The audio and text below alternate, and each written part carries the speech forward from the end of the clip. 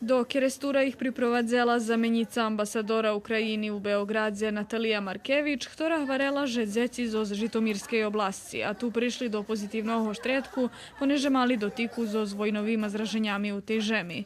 Včera naščiveli kocurdze mali organizovani rižni aktivnosti i druženje. Milo mi, že to ti zeci możemy odňať od ich domkoch pre vojenný stan, ktorý u ich državi prebúva, a teľu nam njem poznate, že to zeci, kotri njemaju ljebo obidvoh, ljebo da jednoho roditelja. Znači, kaže, možeme zljepšati dakus, kvalitet života dok su tu i izradovat ih zdašćim, nam to bude okremne zadovoljstvo. Dočekali smo ih u prostoriju Caritasu.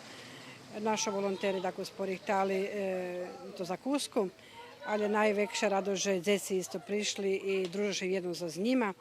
Tako zrisovali i baveliši u Caritasu, počastili smo ih, naščiveli našu cerkvu, manastir, duhovnu čitalnju, etnoklub. Okrem toho, dzeci patreli i film o Caritasu, a druženje še predluželo z ostancom u Ruskim dome.